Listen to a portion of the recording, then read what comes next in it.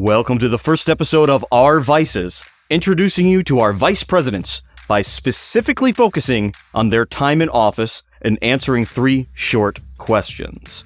Question number 1. How did John Adams become vice president? Long before the Revolution, John Adams made a name for himself as a successful Massachusetts lawyer. Adams developed a reputation as a stubborn but righteous crusader for truth and the rule of law, defending both the Patriot leader Paul Revere in 1768 against the charge of violating the new British trade laws, but also the British soldiers involved in the 1770 Boston Massacre. Being a lawyer sometime before the Boston Tea Party in 1773, Adams and others in Massachusetts came to the interpretation that the Massachusetts Charter subjected the colony only to the king, and that acts of parliament had no jurisdiction over them. Adams found himself moving in the same social circles as his Patriot cousin, Samuel Adams.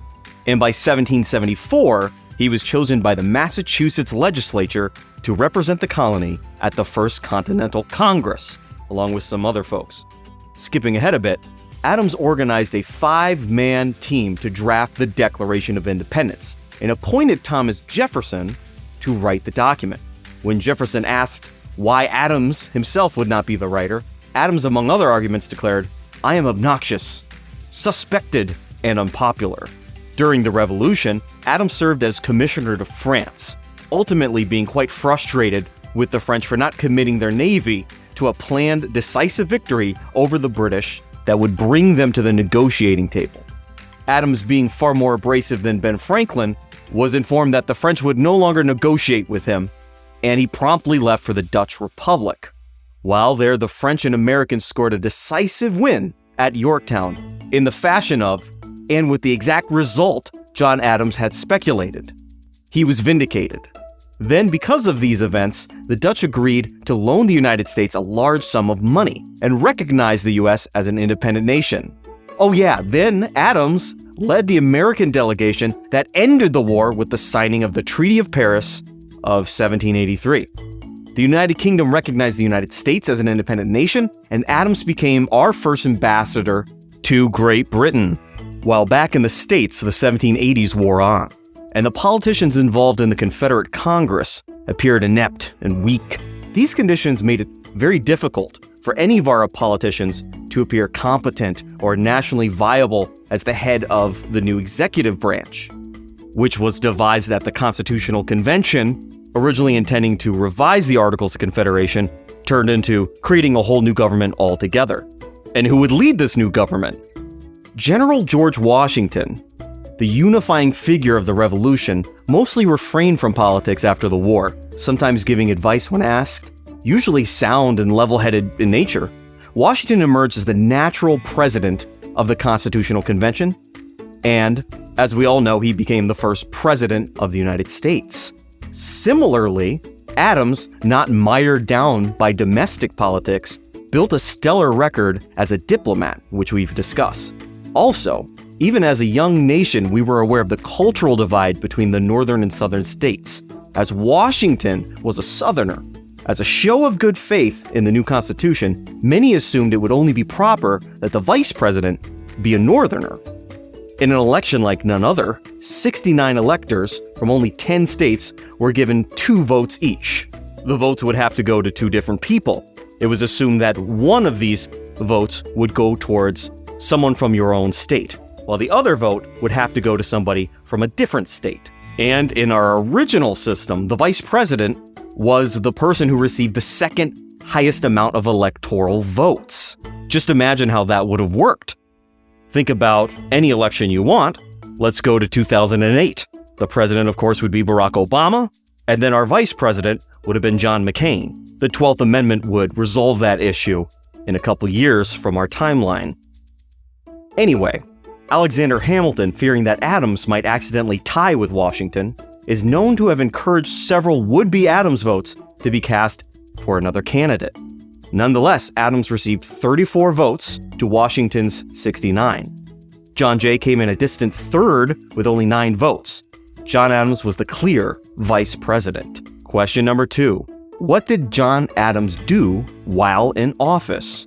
We often talk about how Washington as the very first president, is responsible for several precedents set by his example.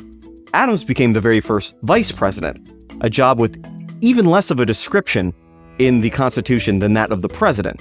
Adams knew he was to preside over the Senate, that he could only vote in the case of a tie, and that he was to be the certifying officer of electoral votes, and of course become president if Washington would be unable to finish his term. Adams found the role of vice president to be almost no role at all. He told his wife, "My country has in its wisdom contrived for me the most insignificant office that ever the invention of man contrived, or in his imagination conceived." A frustrating position for him at first. He often found himself the most informed man in the room and would go on lectures to the senators about various issues, many of which were unwarranted and unwelcomed and unsolicited. But these tendencies would diminish in time as John Adams would come into the role. Despite this, Adams easily became one of the most powerful vice presidents we've ever had. In his role as tiebreaker, he voted in the Senate 29 times, often in support of the Federalists and their causes, advanced by Washington's cabinet. Most importantly, these tie-breaking votes often helped support the authority of the ill-defined executive branch and strengthen the concept of separation of powers in application. For example, his tie-breaking vote on July 18, 1789, secured the right of the president to remove the Secretary of State without permission from the legislative branch. Toward the end of Washington's first term, opposition to the Federalists who promoted the new Constitution began to take the form of a political party. Not exactly in the modern sense, but this group became known to historians as Democratic Republicans.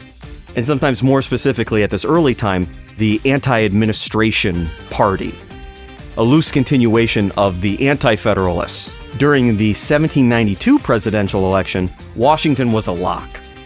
As such, the race was really for second place, the vice presidency. Adams won the position 77 electoral votes to 50 over the new Democratic-Republican candidate, George Clinton. While still a victory, all of Adams' 10 competitors in the last election only garnered 35 electoral votes in total.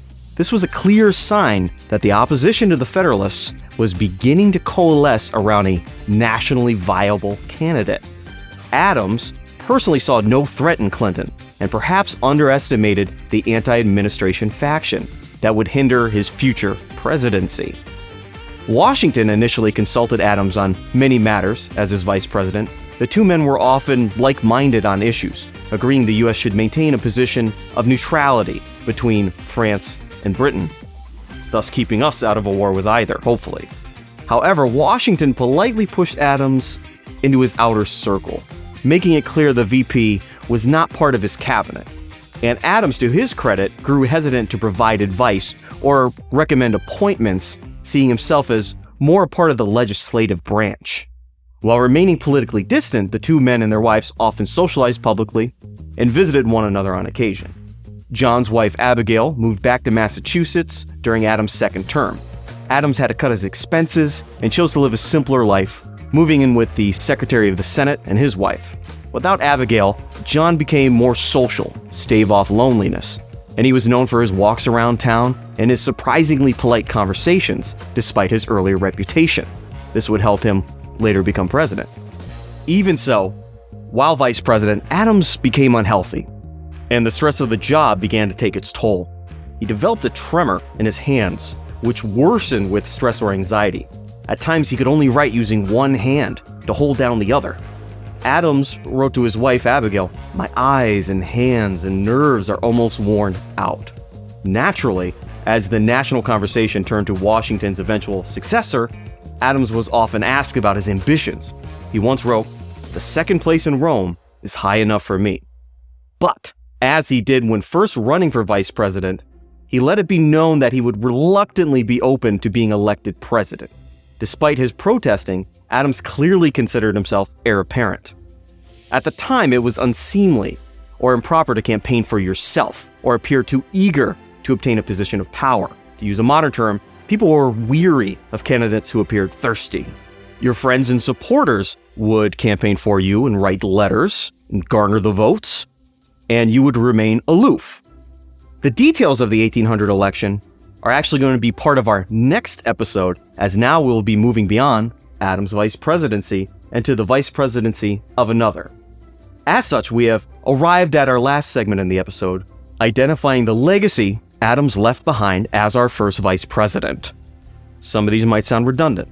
Number 1, set an example of a functioning relationship between a president and vice president. This will be in contrast to our next 2 vice presidencies. Number 2, supported the separate nature of the ill-defined executive branch from the legislative branch. Adams did this in several ways, including his tie-breaking votes in the Senate, of which he had 29 over his 2 terms. Number 3, established that the vice president was not a cabinet member, and instead primarily a legislative official, which has changed over time, but will set the precedent for many vice presidents to come. And last but not least, the vice presidency of John Adams led to his own presidency and the careers of the broader Adams family political dynasty. Thank you for listening to our first episode. Please tune in next time when we learn about our second vice president of the United States, Thomas Jefferson.